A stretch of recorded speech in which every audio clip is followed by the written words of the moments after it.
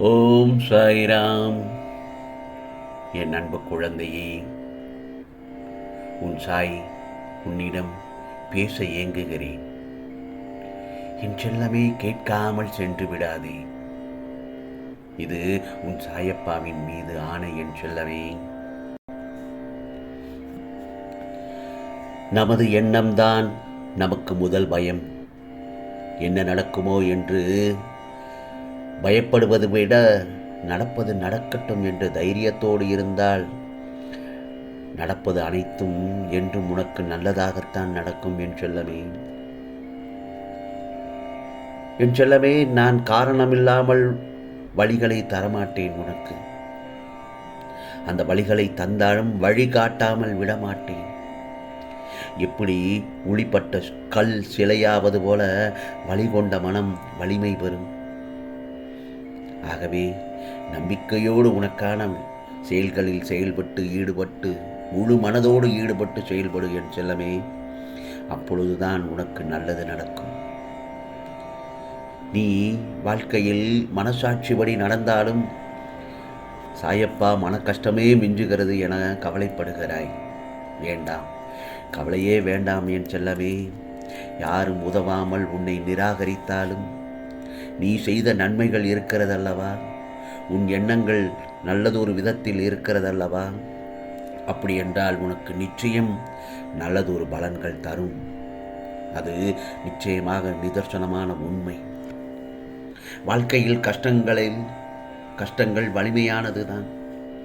அதைவிட வலிமையானது நாம் வாழும் வாழ்க்கை. அதனால்தான் எது வந்தாலும் ஏற்றுக்கொள், எது போனாலும் விட்டுவிடு. ஏனென்றால் இந்த உலகத்தில் எதுவுமே நிரந்தரமில்லை. அடுத்தவருக்கு கொடுத்து ஏழை ஆனாலும் கூட நீ அடுத்தவருடையதை எடுத்து பணக்காரனாகக்கூடாது என் செல்லமே. கொடுத்தது தர்மம், நிச்சயமாக கைவிடாது. ஆனால் எடுத்தது பாவம், கை கொடுக்காது.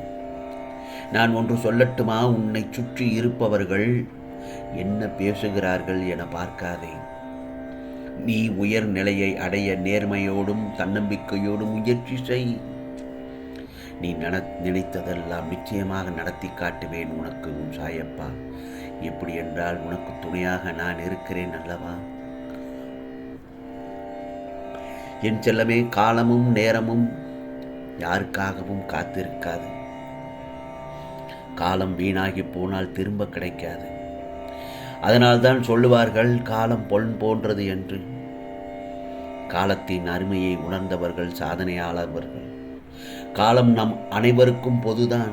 கிடைக்கின்ற காலத்தை வீண் பொழுதுபோக்குகளில் செலவழிப்பவர்கள் வாழ்வில் வெற்றி பெற முடியாது. அதே போலத்தான் நேரமும் பொன் போன்றது. நேரம் என்பது உனக்கு கொடுக்கப்பட்ட ஒரே ஒரு செல்வம் என் செல்லவே. அந்த செல்வத்தை எப்படி செலவு செய்ய வேண்டும் என்ற உரிமை உனக்குத்தான் கொடுக்கப்படுகிறது.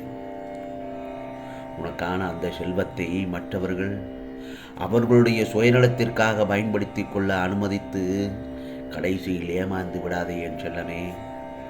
நான் சொல்வது என்ன தெரியுமா? வாழ்க்கை என்ற கடிகாரத்திற்கு ஒரு முறைதான் சாவி கொடுக்கப்படுகிறது. வாழ்க்கை என்ற கடிகாரத்திற்கு ஒரு முறைதான் சாவி கொடுக்கப்படுகிறது. அந்த கடிகாரத்தின் முட்கள் சீக்கிரமே நின்று போகுமா அல்லது அதிக காலம் கழித்து நின்று போகுமா என்பதை யாரும் கூற முடியாதல்லவா? தற்போது இருக்கின்ற காலம் மட்டுமே உனக்கு உரியது. நீ செய்யும் ஒவ்வொரு செயலையும் திட்டமிடு. ஒரு குறிப்பிட்ட வேலையை இவ்வளவு நேரத்திற்குள் செய்து முடிக்க வேண்டும் என்று பழகிக்கொள். அந்த பழக்கத்தை வளர்த்து கொண்டால் உனக்கான வாழ்க்கை நிச்சயமாக அழகு போல வசந்த காலமாக இருக்கும் என் செல்லமே. என் செல்லமே, பனியைப் போல உன் மனதை மூடிக்கொண்டு வாட்டிக்கொண்டிருந்த கஷ்டங்கள் எல்லாம் இனி சூரியனை கண்ட பனி போல் உருகி விலகப் போகிறது. உன் மனதில் உள்ள கஷ்டங்கள் எல்லாம் உன்னை மூழ்கடித்து உன்னை நீயாகவே நகர விடாமல் செய்து விட்டதல்லவா? நீ யாரோ எவரோ போல் நடந்து கொண்டிருந்தாய். ஏனோதானோ என்று உன் வாழ்க்கை சென்று கொண்டிருந்தது. கவலைப்படாதே. இப்படிப்பட்ட இக்கட்டான சூழ்நிலையில் இருந்து நீ வெளியே வரப்போகிறாய். என் செல்லமே, உனக்கு ஒரு சந்தோஷமான நிகழ்ச்சியினை ஒன்று சொல்கிறேன். ஒரு சந்தோஷமான வாழ்க்கை உனக்கு அமைத்து தர நான் துடித்து கொண்டிருக்கிறேன். நீ எதுவாக ஆக வேண்டும் என்று நினைத்தாயோ அதுவாகவே மாறப்போகின்றாய். ஏனென்றால் உனக்கு பக்கபலமாயிருந்து உன் மனதில் நான் குடிபுகுந்திருக்கிறேன் அல்லவா? அந்த மன எண்ணங்களிலிருந்து நான் சொல்லும் ஒவ்வொரு செயல்களையும் நீ செய்து கொண்டிருக்கிறாய். உன் வாழ்க்கையில் எத்தனை இன்பங்களை அனுபவிக்க நினைக்கின்ற அவ்வளவையும் நீ அனுபவிக்கப் போகின்றாய். என் செல்லமே, உன் சோதனை காலங்கள் எல்லாம் முடிந்து விட்டது. சோதனையை தாண்டி தாண்டி உன் மனம் பக்குவம் அடைந்து விட்டது. புரிகிறதா? யார் உன்னை கோபப்படுத்தினாலும், யார் உன்னை அவமானப்படுத்தினாலும் இப்பொழுது நீ அவமானப்படுவதில்லை. ஏன் கோபப்படுவதில்லை? எல்லாவற்றையும் புரிந்து கொண்டாய். ஆம் செல்லமே, நீ பக்குவப்பட்டு விட்டாய். உன் மனநிலையில் 1000 துறவிகள் அடைந்த பக்குவத்தை அடைந்து விட்டாய். ஆம், பக்குவத்தை உன் சாயப்பா உனக்கு கொடுத்து விட்டார். என்ன சந்தோஷப்படு. பல 100,000 தவம் செய்த பலனை நீ அடைந்து விட்டாய். எல்லோருடைய வாழ்க்கையிலும் இன்பமும் துன்பமும் சரிசமமாக கலந்தேதான் இருக்கும். அதையெல்லாம் நினைத்து வாழ்க்கையே வெறுத்து போய்விட்டது என்று துவண்டு போய்விடக்கூடாது, பயந்து விடக்கூடாது.